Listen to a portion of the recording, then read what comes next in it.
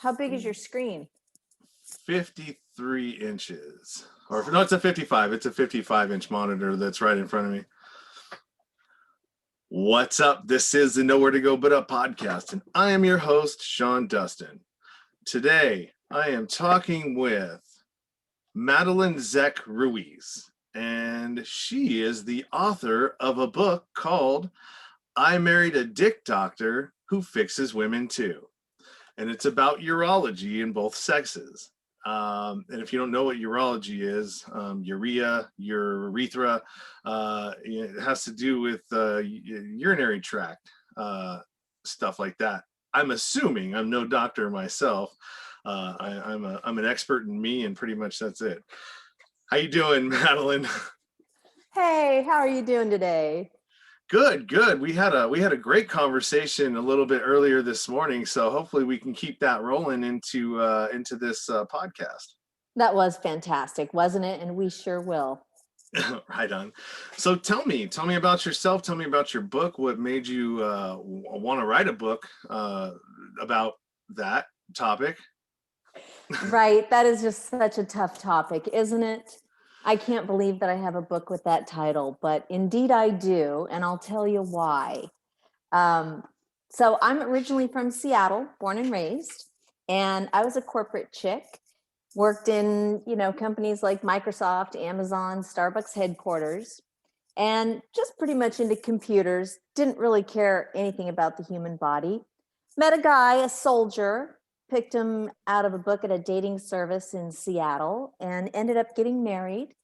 And when he got out of the Army, he took a job down here in South Texas in a town called McAllen, which is a bicultural, medically underserved community. My husband is Dominican. He immigrated here in '74, and he wanted to give back to this country for all the opportunities he was provided.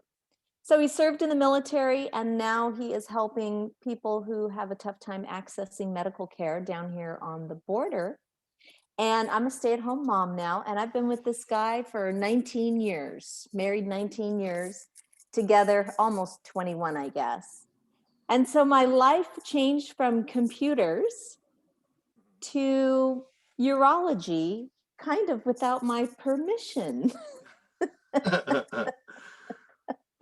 And it happened because evidently being married to the dick doctor, when he told me he was a urologist, I thought that was the brain. Turns out that was the wrong end. That's not it at all. Yeah. I should have stuck with computers. When I finally figured it out, I was kind of like struck, like, oh, okay, you fix penis and vaginas. Wow, that's like so embarrassing. And I would say for the first 10 years, I didn't want to talk about it. The subject was mortifying. But moving to a small town, he was the only guy within a 500-600 mile radius who could do what he does. He's a reconstructive urologist. So he's like the cleanup crew when it comes to anything to do with your human plumbing. He will rebuild everything down there so it works again. And word got around town that we had a new doctor in town, and we had children of our own. And that put me into the group of stay-at-home moms and dads. And something that happens after children is that a couple's plumbing starts to go a little haywire. Women from childbirth, and men, because they tend to get a little heavy when the wife gets pregnant. They can pick up things like diabetes, obesity, high blood pressure, and those things lead into the start of low testosterone, erectile dysfunction, and then you add on some more years and you move into the world of prostate problems for men. And women after childbirth almost always have issues with incontinence because their pelvic floor was stretched beyond imagination, which none of us like to talk about. And then, of course, they can run into lack of desire, thinking they can't handle it all between the husband and the kids and the bills and work.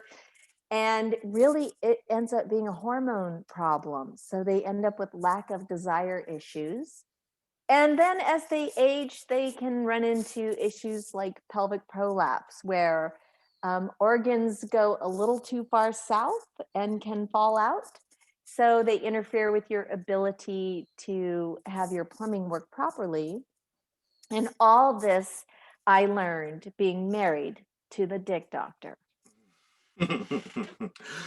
Yeah, you nailed on it on quite a few. I have experience with the incontinence, not for me, but having my ex and her, you know what I mean, just like stuff that happens. I mean, it is. There's no getting around it. That's just part of being a person and having children. It sucks. That would definitely suck for me. I think that I'm starting to experience something that what you're talking about, not the ED, but like the when it starts to get harder to urinate. Oh, prostate issues. Yeah. So That can be like a prostatitis. yeah, so I mean, not bad, but it like I'm starting to feel like it's like, oh, it's a little different. It's a little different down there. It's like the pressure, you know what I mean? It's not what it used to be. And I was like, I wonder if I need to get that checked out. You do. And I will tell you, I've learned so much being married to the dick doctor, and it's a subject I don't want to know anything about. I swear to God, I don't. And it just slays me that I wrote a book about it. And I did it because I am everybody else. I did not know. I didn't know about urology, anything. And as I've been married to the dick doctor all these years, I've learned through other people who have secretly approached me anywhere you can think of, the airport, the grocery store, the school, the golf course, pick anywhere. And they'll come up and they'll say, oh, Mrs. Ruiz, you're married to the dick doctor, right? And when they first said that do to they me, say the dick doctor? oh, that's where I got the name. People gave me the name. I'm like, he's a urologist, right? He fixes penises, right? Yeah. And I'm like, honey, are you a dick doctor? And he's like, I'm a urologist. And I'm like, but I fix penises. And I'm like, oh, so you are a dick doctor. Like I had to learn all this as I was married to the guy. And the stories I heard, you cannot believe. People would come up to me and talk about their broken penis or vagina as though I'm the doctor. And I would literally secretly start to sweat. And I was so uncomfortable. And I realized, oh my God, these people are sharing something my husband's supposed to be listening to. I don't even know what to do. So I would just try to act really nice and calm and reassuring and be like, oh, I don't know. But let me get my phone and let's call the dick doctor and ask. And so over the years, I've called my husband hundreds and hundreds and hundreds of times with penis and vagina questions. Half the time I hand the phone over to the person and then quietly walk away, and they end up with an appointment. But I've kind of had to learn by eavesdropping and listening to people's problems. And just like you got all uncomfortable talking about your prostate, you are me and I am you. I don't like it either. And I wrote a book about it. Yeah, well, I think I'm a little bit different than most because I talk about a lot of stuff. A lot of things that most people wouldn't talk about. I talk about. But I mean, that's what you need to do. I mean, how is anybody ever going to truly understand where you're coming from if they don't ever know, right? That is so true. And most people like to hide where they're coming from because they're afraid people are going to judge them from where they've been. And so there's a whole lack of transparency that happens between people. And in order for you to have a relationship with somebody, it doesn't matter. I mean, a relationship, you and I are having a relationship right now. We're relating to each other. It doesn't mean we're intimate. That's intimacy. That's something completely different. But everybody that you know or that you come across or that you deal with is a relationship. It And is. I lost where I was going with that, but we Well, are relating. I'll jump right in there because what happens when people come up to me. There's a story in my book about Peyronie's disease. I don't know if you know what that is, but it's when a man gets an erection and it bends up and then up and almost backwards like a fish hook. And it's very painful. And it gets worse and worse and worse with time. And I had a lady approach me in the high school parking lot who was looking around before she came up to me, and then came up to me and she started telling me about her husband's penis when he's getting an erection. And she was really distraught. And she goes, is this something that your husband can help my husband with? I said, I don't know what you're talking about. I've never heard of this, but let me ask you a question, if I may. How do you get it in? And she goes, I don't. That's the problem. That's why I need your husband's help. So she didn't have her husband's permission to have this conversation with me. And she had the conversation. Of course, we got him into the doctor and he got it treated. And there are several ways to treat that. It is a lifelong condition, and eventually you end up with an implant in most cases. And that is the level of, that's intimacy. Although we have a relationship now, because every time I see her and her husband around town, my head goes right to their penis and vagina situation, because I'm not a doctor. And I wish I could lose that, thought, but I keep thinking, I've never seen a hooked penis. I'm not a doctor. I really kind of wonder what that looked like from my perspective. Of course, then I have to grill the dick doctor with 100 questions. I'm like, well, how hooked is that penis? And what is that erection like? And how do you straighten out that hooked penis? And is that permanent? Does it last forever? And, I have a million questions like everybody else. Yeah, well, I mean, that's just, I think so. Having a trans sibling, right? Immediately, what we think about when somebody's trans or has had a sex change or has had there's a clinical term for it. I can't gender reassignment surgery, right? What do Yeah. people what do people immediately think about? They don't think about, well, I think, you know what, I hope that they are living their best life and their best self and they're authentic and everything else, and they're being the people who they want to be. No, we don't think about that. We think about, well, how does that work? How do you have sex? What does it look like? What does it feel like? Is it real? Does it and everything goes to that immediately. Well, and it's education, isn't it? Because initially I was the same way. I had a million, as people started dumping all their urological problems on me from all over town, multiplied by 20 years, I had a million questions too.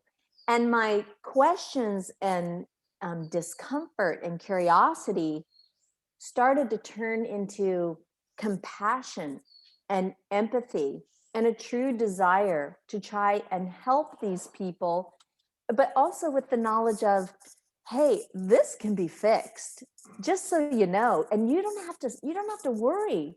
Calm down, it's okay, because I've heard this one before, and you just need to call my husband's office and you're going to be okay. And so initially I was like, oh my God. Wow. Now that I've learned, because it's all in my book, I know now that these problems can be solved. And once the curiosity and the questions are out of the way, you start to see the people and the person, just like your transgender sibling.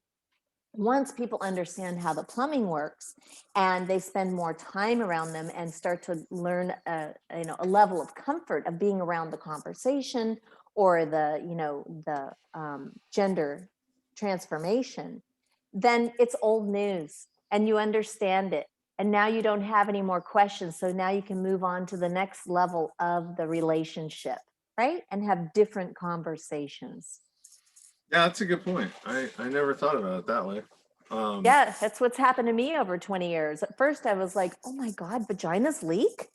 What happens when you have an orgasm? And he's like, well, they pee all over the bed. And I'm like, what? Are you kidding me? And he's like, yes. He says, that's the fastest thing that brings a young woman into my office. And I'm like, Wow. yeah. So who knew all this? So after I got past all that, and then all the mommies started to leak having orgasm, and that, the request came rolling in. I'm like, oh yeah, this is normal, but don't worry. Here, call my husband's office. There's urologists over there. They can fix it. You guys will be back in business, and date night will be fun again. So I have some questions. Oh, I bet you do. I have some questions. So what? So I mean, having written a book about that and having your husband as a doctor, I'm sure you know a lot about different things that have to do with the plumbing down there, right? So I remember. So just something that you said. All right. Answer the question. Just ask the question. You know what I mean? This is gonna be a good it's one. uncomfortable, man, when you talking about this shit. That's why I wrote the book. I'm telling you, I feel you. God, do I feel you. I'm sweating already, and I wrote the book. So there's a whole genre of porn out there that you just kind of described, right? So when a woman has an orgasm, she loses her bodily functions and pees all over the bed. Well, there's a genre of porn out there that's called squirting. Is that different, or is it the same thing? I can't answer that question. I guess if I wanted to pee on my husband, so here's the thing. As a woman, I'll tell you this right now. When a woman has an orgasm, her pee thing shuts down. Uh-huh. So like the biggest frustration after I have an orgasm with the dick doctor, I'll go to the bathroom and I will sit there and I cannot pee. Uh-huh. And I ask the husband, God damn it, I cannot pee. What did you do to me? And he explained to me, oh, that's a normal reaction. I'm not a doctor, so I can't tell you the terms, but that's a normal reaction that the urine muscles will, basically lock up on you so that you don't leak during orgasm. So I really can't pee after an orgasm. I have to wait and let that muscle relax, whatever it is. He knows. I don't know. I wish he were here right now because he would be chiming in, telling you exactly what that is. So the pee thing, any woman that's peeing right after sex, she really can solve that if she wants to. It's not normal. It's hard to pee after an orgasm because those muscles are like whooped. Well, I don't know another way to put it. Well, and for a guy, we have the same thing. It's hard for a guy to have an erection or to urinate have with an erection, right? And when you have, and that's a mechanism that's actually keeps you from pissing in the bed when you wake up in the middle of the night and you got you got a hard on that's poking you in the belly button, and you're like, oh god damn, I got to take a piss, and then you go and try to pee. And you're like, you're pushing it down, like trying to go like that. You know what I mean? It's so annoying. Yes, but I'm glad I didn't piss in the bed. Yes, no, I've watched my husband battle that battle too, and it does go from erections to prostate issues. Just so you know, now when he pees, he sounds like he's skipping rocks across the pond.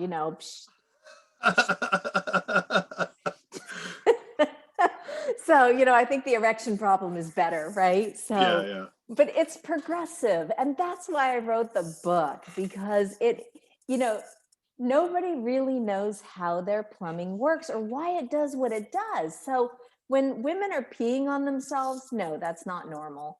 And the pee porno that you're talking about, my guess is that those are women who can't control their bladder, and some people may be turned on by it, and they may like that as part of their sex world and don't want to get their pee stream fixed, right? Because that might be their little game in bed. And to each their own. There's no judgment. You get to have whatever you want, because that's what makes the world go round.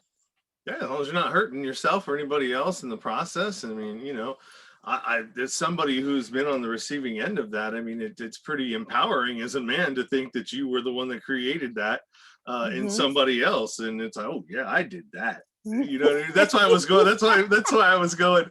I was thinking to myself, like, oh shit, was I being lied to? No, she really had an orgasm. She didn't fake it. You're good. You're all good. It's funny. This is going to be funny to release this episode. Yeah, but let me tell you, this book, this is the stuff that people don't want to talk about, but they do. They're afraid to talk about it, but it's real. And guess what? All of us are sporting one of them. You either have a penis or a vagina, and they do some crazy things. And if you like it, great. If you don't, go see the dick doctor or take my book with you and take it in to start the conversation. Yeah, for sure. Mm-hmm. One of the things that I rabbit holes that I went down on the internet on YouTube is I looked up gender reassignment surgery just because I was curious, like, how the hell do they do that? And I went and I watched it, and it is very uncomfortable to watch them. If you're a guy and you're watching them take a penis and turn it inside out and all the things that they have to do, I had to stop watching it because my stomach was getting queasy, and I'm like going, oh my God. It was just like, I don't know, man. It was I couldn't watch the rest of it, and my curiosity for that immediately dispersed. I'm like, I don't ever want to see that again. Just because it's really uncomfortable to watch something when you're the owner of one of those yourself. So yeah, another thing too, I don't know if you can answer this question or not be for, being just if you know the information, but so everybody, like every guy is always, well, I don't know about every guy, but like when you see those commercials about, extends and all these pills that are supposed to make you bigger and all this other stuff. I mean, there's really no way you got what you got, and that's what you get, right? There's no way to make yourself bigger unless you're gonna like swell yourself up. I mean, that's possible. You are 100% correct. My husband, I ask him the same thing. All these commercials come on, low T, and have a bigger, stronger, longer erection. And his patients bring in everything off the TV. Everything. They bring in juices and berries and pills and creams and toys and vacuums. They bring it all into him, and they say, "Hey, doc, does this stuff work?" And his answer to them is, well, how do you think it's working for you? Well, I like this pill. This cream doesn't do shit. And my husband will say, then whatever you think is working for you, keep taking it because it's working. Yeah. And the bottom line is, it's all up here. So it's whatever, none of that stuff really works. The only thing that works is testosterone. So there's a whole chapter on low testosterone. You got to get your testosterone checked. You men need to be between, 350 and like 900 is a great number. Okay. If you're not in that range, I think that's the range. I wish the hubby were here. He'd correct me. He's technically correct and I'm not. But my book is technically correct because he checked it. And he says that if you're in that range, you're going to feel good. You're going to perform good. You're going to think clearly. You're not going to be so tired at 3:00 in the afternoon. And so it's very important for all men to get their testosterone checked, because you will find that your testosterone is probably below those levels, especially as you're nearing the age of 35 to 40. And it's time to get on some kind of testosterone cream. That is the only proven method to help you keep your erections, to help you keep your health, to help you keep, your brain clear, the desire, you want to get laid. That, when you're like, I can take it or leave it on a Friday night, I'd rather have beer. Go get your testosterone checked. I think I need to get my testosterone checked. And the number is 300 to 1000 DL. Somewhere in there. I've got to get to my low T chapter in here to tell you, because I did put it in my book because he gave it to me and I was like, what is that? What is that number exactly, honey? And then of course I'm like, honey, what's your level of testosterone? Because I think yours is too. I think yours is too high. So, yeah, I'm trying to find this chapter on low testosterone is called, Is It Cold Outside or Are They Actually Shrinking? I Because like it, how you put like you make it fun.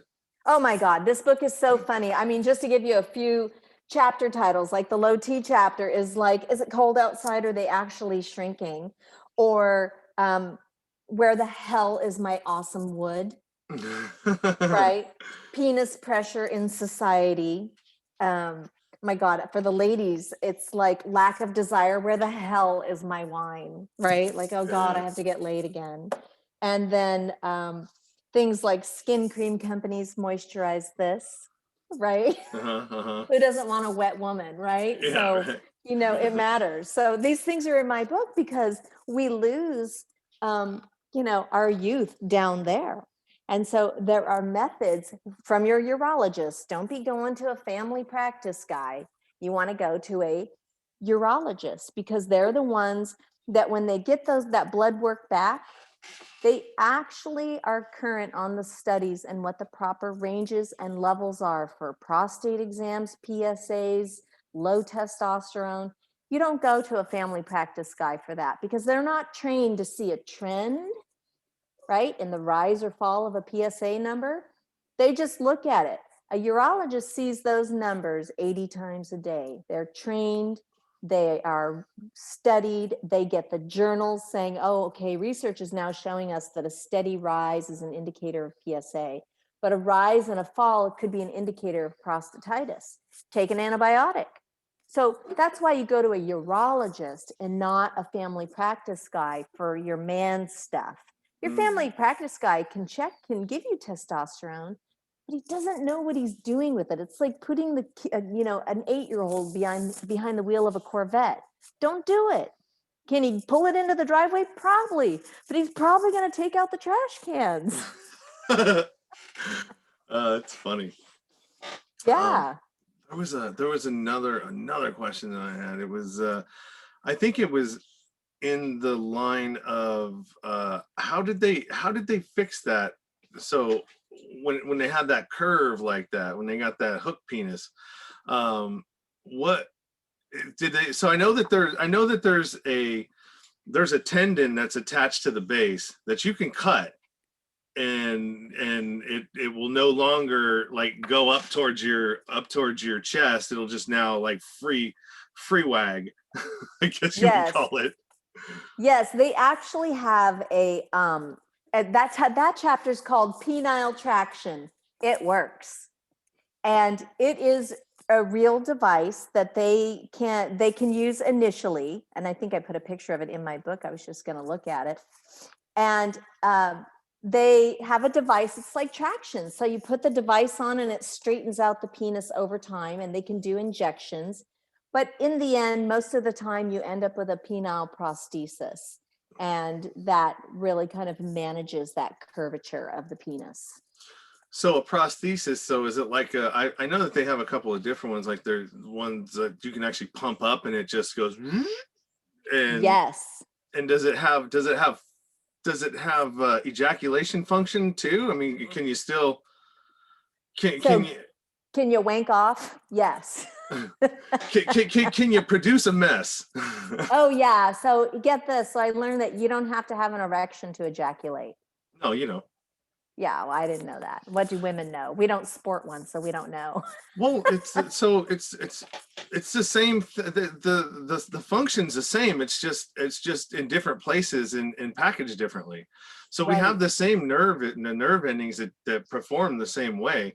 It's just a matter of the same way that a man can use a vibrator to get off.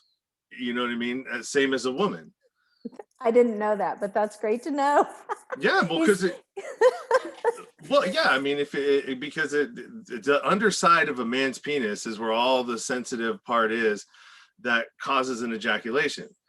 In a woman, it's the clitoris. So it's just it's the same thing. It's just in different places.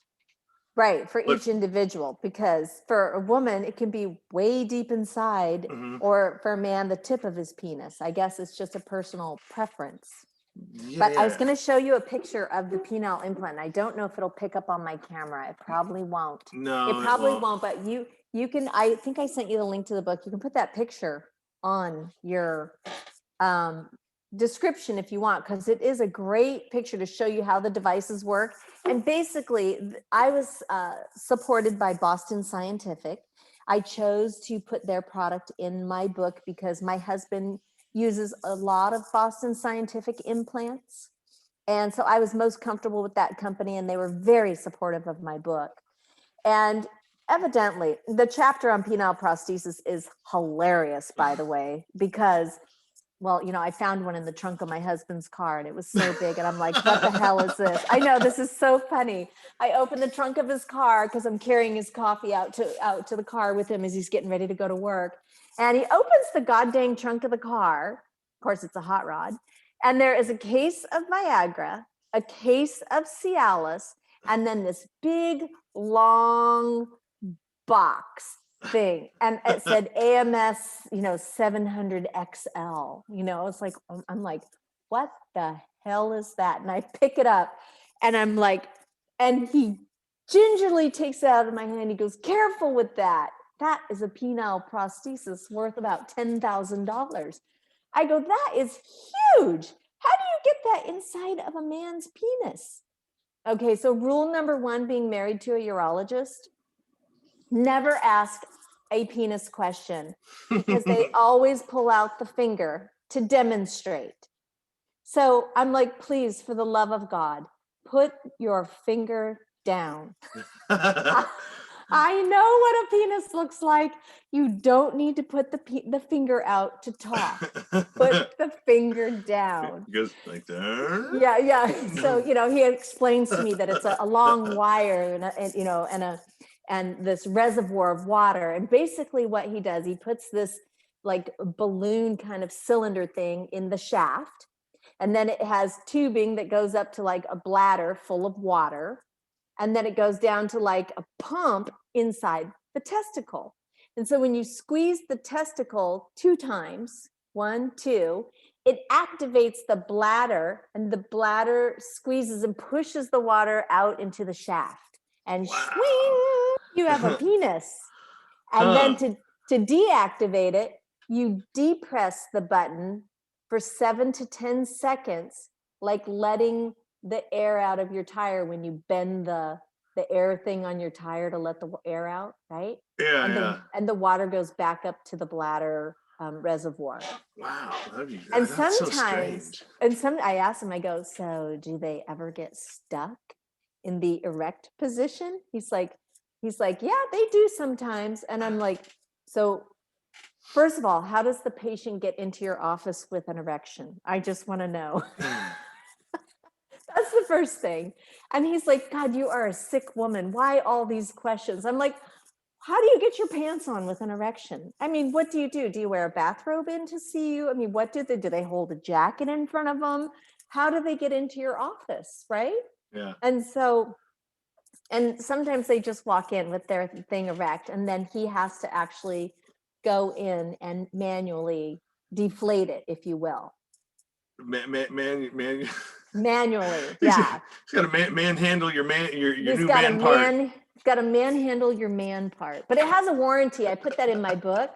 So these penises, these implants have like a 2-year warranty. So I put in my book, if you are the recipient of one of these fabulous devices, if I were you, I would use it as much as you could the first 2 years and get your money's worth to see if you need the warranty on it. There you go. You can even do that with those, huh? Right? That's crazy. I know. I never would have. There was something that I wanted to ask you, or wanted to say, and I lost it. Oh well. You need a pencil and a paper. You got to write down these good questions. I have it. I just don't think about it. It's sitting right over there. I'm so enthralled with the information. It's amazing, isn't it? I'm telling you. When I wrote this book, by the way, I wrote the book in 90 days. It just came flying out of my fingertips. And it is so funny because I am not a doctor. So I get to laugh, okay? And I get to ask the stupid questions because I am the patient. I don't know any of this. I ask so many questions, and I still don't even know, a millionth of what my husband knows about everything penis and vagina. Yeah, yeah. Oh, that's what it was. So you remember John Wayne Bobbitt? We talk about him all the time. Yes. Yeah. I happen to have installed the cable at his house or his apartment when I was living in Vegas. And I saw it said John Bobbitt, and I was like, when I saw the work order, and I had a trainee with me, and I'm like, hey man, do you think that this is do you think that's his John Bobbitt, right? And he's like, I don't know. He's like, why? What are you gonna do? I said, I don't know, man. I want to ask him. I want to see it. I want to see it. I want to see it. And I didn't have the balls to ask him, but I did do his thing, and I asked him about his new career and how that was going in the porn industry. But yeah, it was funny, man. I just, to this day, I was talking to somebody about that. I was like, how, like, I mean, I get it, how she could have got it in her hand and just sliced it off really fast. I mean, with a knife. I mean, that's quick. But I mean, just to, like, how would you just chuck a penis out the window? And how did he find it? Like, how did you find it? So they got all the firemen and all the policemen to walk side by side through that field until they found it. And what I love about that story is that every man rallied and scanned that damn field and found that bastard's penis. And then a reconstructive urologist like my husband, that's what he does, the cleanup crew. Yeah. Put it back on, and my husband said, it's not a difficult surgery. It's fairly easy to fix, and it'll work again. But you have to be a reconstructive urologist to know how to do that. But I asked my husband about that. I said, I can't imagine a woman chopping off a man's penis. He goes, well, it's pretty rare that a woman does it. I said, no, I heard penises get chopped off all the time. He goes, they do. But you know who chops off the most penises? Who do you think does it? The man, the Men, owner, gay men. they're the owner of it. No. Oh yeah, okay. Gay men chop off each other's penises the most because they get so mad. And I was thinking, I'm like, is that a testosterone thing? Like the gay man gets mad at his gay man lover, and then he has an outburst of anger, and he wants to lash out because men hit, right? Men are aggressive. Yeah. So I'm like, does it have anything to do with testosterone? And he's like, I don't know, maybe, probably. Because I'm like, women don't chop. That's not our nature. We scream, we throw things. But to get a knife and chop, that's like going out and chopping wood. Nobody wants to go do that. But men like to chop wood. I'm being general, of course. These are generalizations. But in average, it's the gay men that are most aggressive with those kinds of physical acts of violence. Wow, that's crazy. Yeah, angry lovers. Isn't that interesting? Yeah, that is actually. I would have. I was thinking about it more in the other way, because I have experience with it, in having well, not experience with it, but I mean having a trans sibling. You it's stuff that's talked about, you know what I mean? It's like you like, I would read more because it's like, all right, well, it affects me, right? So I'm reading about it, so I'm trying to understand where, what's going on and why this is what it is. And a lot of times that they are ashamed of what they have down there, you know what I mean? They're ashamed of their penis because they feel like they should have a vagina. And so, like, I thought it was going to be, you were going to say that the owner of it would do that, out of, because they hate the fact that they have that part to begin with. I don't, Yeah, does it- that could probably be a whole nother subject, right? yeah, Because that's not a relationship subject, that's a self subject. yeah, yeah. And the things with transgenders, they have in the end, they have a very high suicide rate. And a lot of times, transgenders face the challenges of mental illness, just like the rest of us, right? We all suffer from depression, OCD, bipolar, pick one, pick anything, pick your poison. We all have it. Mhm. And so with transgenders, their sexuality is sometimes an issue. Sometimes it's a mental issue. Sometimes it's a physical issue, like, different hormones or chemicals in the brain where they really do feel more like another sex. That's why they all have to go through a minimum of 3 years of psychiatric counseling prior to their surgery, so that they make sure that that is the choice that they want to have, and that there's not an underlying mental health condition. And Hmm. so that's one of the steps for a transgender operation. Because I asked my husband, because Caitlyn Jenner, she had her operation in a year. Mhm.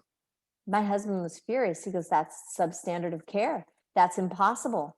They have to go through a minimum of 3 years of psychiatric counseling as part of preparation for the surgery. And I'm like, well, that makes a lot of sense. I said, but it's California. Maybe their laws are different Well, she for just the, got special privileges well, because of there's who no she such was. thing. There's no such thing in the world of medicine, because there's such a high suicide rate among transgenders that you just can't miss that step, because the price is too high.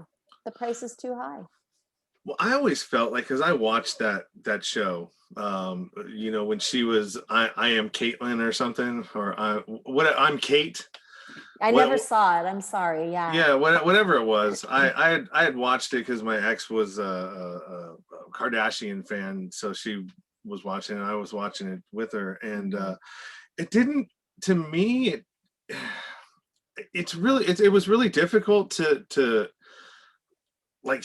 I don't know. I didn't really buy it from her. You know what I mean? It seemed more like it was about publicity than it was about actually wanting to do better for the movement and the people. Like my sister, she is knee deep in the work, Mhm. dealing with the people that are in the mental health aspect of it, and the AIDS aspect of it, Mhm. and all of that. And it was like, she's the liaison in Oakland to the police department for the trans community. Like, remember when the ghost ship fires happened and all those Mhm. people died in Oakland from that warehouse Yes. fire? Oh God, that was There, awful. yeah, there was three or four trans individuals that were a part of that, and she got called in to assist with the family members and kind of be a go-between for that. But yeah, it's crazy, man. What I would like to know is, like, is this something that's new, or has this been like this forever? You know what I mean? Is it something because of like the food and shit that we're eating now that has all these GMOs and chemicals and everything else in it that's changing our, there's more autistic children out there now. There's more kids that are allergic to food allergies that used to not be as present as they were. So is all of this like kind of correlated between, the industrialization of our food and our food sources? Well, as a mother, I say yes, that our kids' brains are being starved. And I think you throw in underlying conditions like mental illness, because some of them are genetic, with starving out the brain. And then you throw in society nonsense, like, today I identify as an attack helicopter because I don't want to be a he or she, right? So, and the messaging, and they're getting messaged at such a young age because of iPhones, when I think we're not allowing them to become an adult and then find out for themselves. Society, like the Caitlyn show, is trying to tell you, hey, be transgender, be who you are, be what you want. Well, the kid's 12. They don't know what they're supposed to be. They just copy what they see, right? Yeah. And so I think it's a whole combination of a whole bunch of things. And, divorce rates are high. So kids don't have parents that are sitting around the dinner table talking for the most part. And Yeah. so I think all that, the fabric of family is really disappearing. And then nutrition, everybody's going to fast food. And we don't talk about mental health the way we should. I think mental health should be talked about the way we talk about recipes. What are we cooking for dinner? Because, people with mental illness are no different from a batch of chocolate chip cookies. What happens when you make chocolate chip cookies and you add too much butter? It tastes like shit. They run all over the pan. So how do you fix a batch of chocolate chip cookies when you add too much butter? What do you add to fix it? Flour? Right. Well, what is different about humans? Why can't we talk about mental illness? Because we're doing the same thing. Here, have Lexapro. Well, that's flour. So why are we condemning the fact that you're taking an antidepressant or ADD medication or OCD medication? Why is there such shame when it is really no different from a chocolate chip cookie recipe? Yeah, Really? that's true. That's true. To kind of tie on to what you said, I'm a firm believer in a holistic approach to medicine and plant-based medicine, because all medicines are plant-based, right? The only difference is that they've put their spin on it so they can what is that? What they do? They make it Synthetic. so they can no, they make it so only they can sell it. It's it's patented. Yeah, they patent that prescription or that pill. But I mean, that's the only way, because the laws say that you cannot patent anything that's naturally made that comes out of the ground.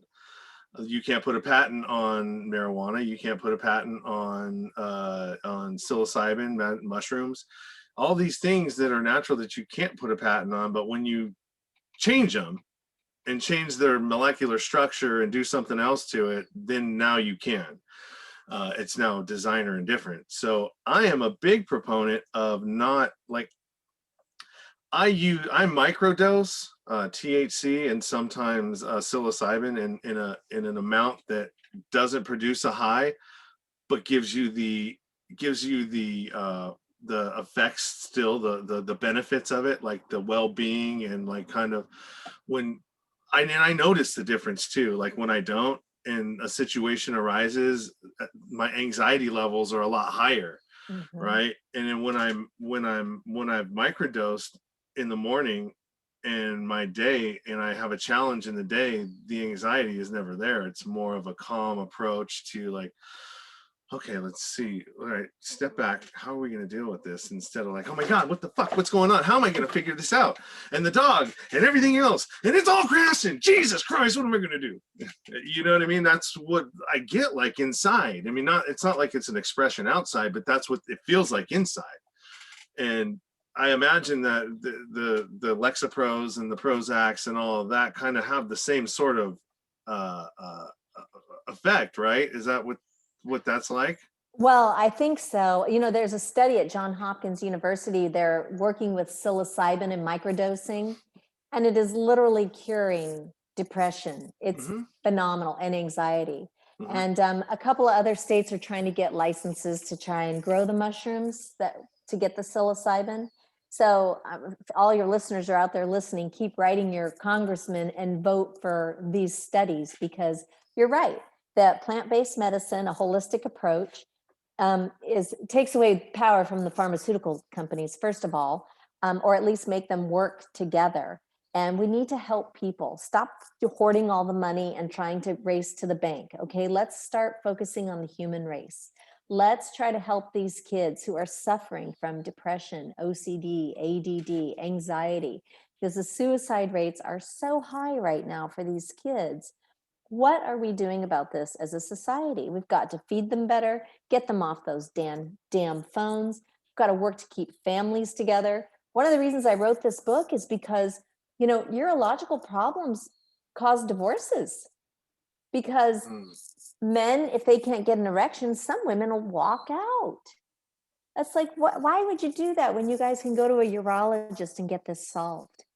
Yeah, Did yeah. you know? And they don't know. They just don't know. So starting by keeping a family together and getting a family communicating and then being honest like you do on your show every day, talking about the taboo subjects, right? This book is so taboo, right? So is anxiety, depression, and autism and Asperger's. What is going on that all of this is come about, and transgenders? What is going on that we have strayed so far away from just pure joy as a human in any form? We're so distracted with illnesses or I want to be a transgender because somebody said I should be. Well, okay, let's analyze that. Maybe you should be. Let's use what we know to find out if this is your truth, right? And if it's your truth as a society, we're going to support you because we're America, man. We embrace everything. And so it's just a matter of us educating ourselves so that we can help people be their best, whatever that is, right? Yeah, Whatever yeah. that is for you, no judgment. So psilocybin, microdosing, transgenders, plant-based medicine, these are all great conversations to have. Yeah, I can agree with that one. Because I'm from the addiction community, right? Mhm. Addicted to methamphetamine for years. I didn't even realize that I was ADHD until afterwards, and then I connected the two together. I'm like, oh shit, that's why I didn't have a whole bunch of piles of stuff going around, not finished, and I was actually able to do something because it righted something in my. I was self-medicating, and I'd found the cure for me. Unfortunately, with meth, it's like, okay, well, yeah, you found a cure, but you also found a whole lot of other problems inside that cure. Well, remember this morning I told you I would put $100 bill on the table that you have a very high IQ. Usually anyone who suffers from depression, ADD, ADHD, anxiety, those people often have very high IQs. And a lot of times, like our young males in sixth, seventh, eighth grade, they fall behind in reading because they're ADD or dyslexic. And so they get embarrassed because they can't read at the levels they're supposed to, and then they start drifting off into other problems to distract from the fact that they can't keep up with the academics. Not because they're stupid, Mm. because they were so smart, they got bored or they couldn't focus, that they didn't have the skill at that age or stage to sit down and learn the material because they were challenged, because their brain was pinging around like a pinball machine because they could keep up with 50 things going on at once. That's a Mhm, high IQ, right? mhm. Or you're very left brain, very creative. So while the teacher's going 1+1 is 2, you're off trying to figure out how you can rebuild that engine in your head, or make your little mini bike, or take the little Sally's bicycle next door and steal the chain and the 2 tires and go get my dad's WD-40 and the screwdrivers and build myself a go-kart, Yeah, right? yeah, That's where little boys are, and sometimes little girls. I was that one. And that's just high IQ. That's just your brain innovating. And innovation comes in those crazy moments of thoughts and ideas and imagination, and not when you can't do 1+1 when you're innovating in your head, right? yeah, It's really, yeah. and we need to embrace that more in our kids' school. They're not every kid can or should sit down and do 1+1 is 2. They should be doing something else depending where their brain development is. Yeah, I think there's something to that. I really believe that we should change our models and how we teach in school and start to figure out what people's strong points are. And hey, if you're somebody who's really good at taking direction and being that student, that bell mover, the bell rings, you're moving right along, and that's your direction. But you have all these other ones that like for me, I just lost interest. I was like, it wasn't interesting to me. And everything else outside of the classroom, like I would always be the one that was like staring out, not paying attention, or like trying to make everybody laugh, or, just anything but doing what I was supposed to be doing. And I think that had I had some sort of thing that you could do to kind of like gauge where one of those students strong points are, and then cater to that. Yes, you're so dead on, because you're either a left brain or a right brain, and some kids are both. And you just have to be allowed to plug in to your strengths, and then say, okay, little Johnny, it's time to sit down and focus on those weaknesses. But before you do, I want you to run around the building 10 times and wear yourself out so you can sit and think, right? Because I need you to concentrate. So go do 1,000 jumping jacks and get it out of you. Remember when our parents used to do that? Yeah. Then come in and sit down and be quiet. And you were happy to sit down when you were done doing 1,000 jumping jacks or 100 push-ups. Then you were ready to listen. And kids aren't doing that today. They're not exercising. My kids at their school weren't even allowed to run around out on the playground at lunch. They had to sit in the courtyard because of liability. That sucks. Yeah, but I mean, I don't even do that now. And I know, like, I just got off the last interview I did. We were talking exactly about that, and she said that, how she, maintains her sanity and is by exercising every day, and it allows her brain to slow down so she can, because she was ADHD too. I hear Joe Rogan talk about this all the time. I hear who else is he talking with? It's just everything. There's an element to strain and stress on your body that allows the noise to quiet.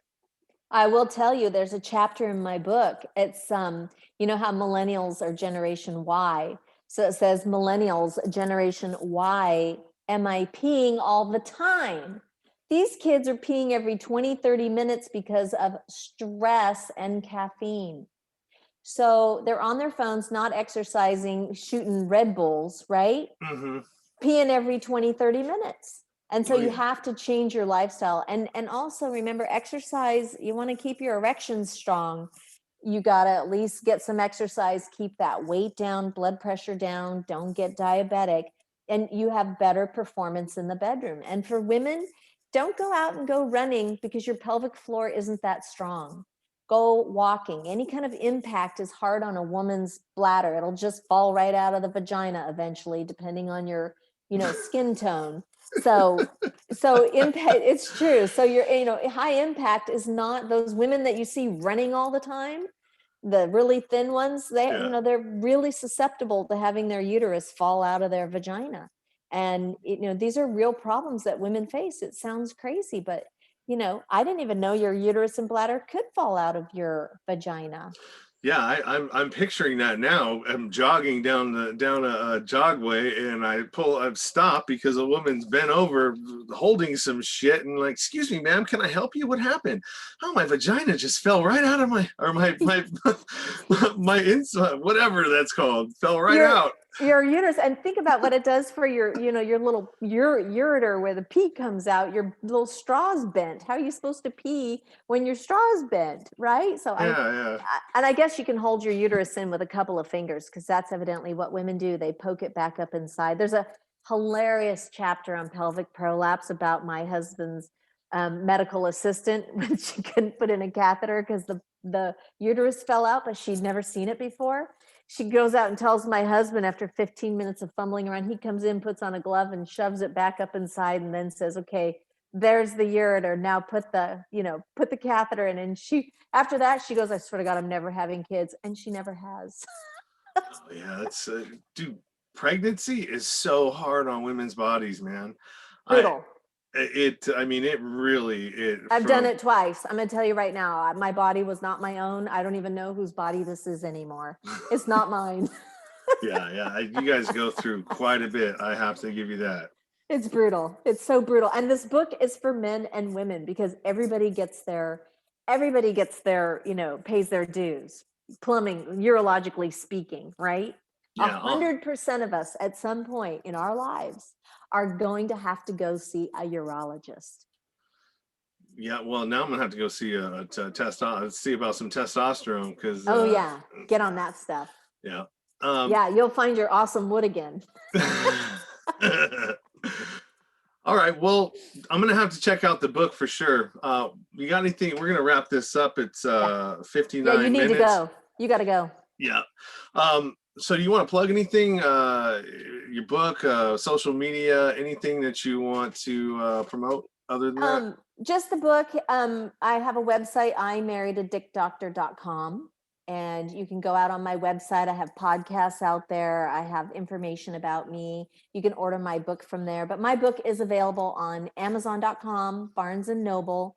You can get it in audiobook. I have it on audible.com and Google Play and Apple Play. And my book is also available in 14 languages because I wanted to help people all around the world. If I could have written it in every language, I would have, but it's expensive to write it in a different language. So I stopped at 14 languages, and I want to help people. So your urological problem can be solved. So take my book to your urologist and get your quality of life back.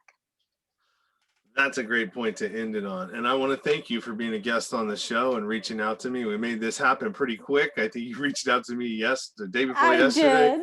Yes. And but it's something that I was curious about, and I want to talk more about people that, or more to people that, are bringing information that's good and that's helpful to others. So thank you. And I really appreciate it. And I will reach back out to you when this gets closer to publish. And hopefully I will have read some of the book by the time I do my intro, so I can have more to talk about. So I have it on audiobook, which might be easier for you, because if you have ADD, you're not going to read. No, you're right. Don't buy a book. Download it on Audible. I think you can download it free because Audible's always giving everybody 5 free credits. Yeah, I think I've had Audible. I'm not sure, but yeah, for sure, you're right. Yeah. Thank you for saving me some money. Yeah, don't read, just download. All right, Madeline. Well, thank you. I appreciate you spending time with me today, and good luck to you in the book, and have fun with the Dick Doctor still. Keep having fun with the Dick Doctor. I do, man. He knows all the secrets. I bet he does. All right. Bye. Okay. Have a great day. You too. Bye-bye.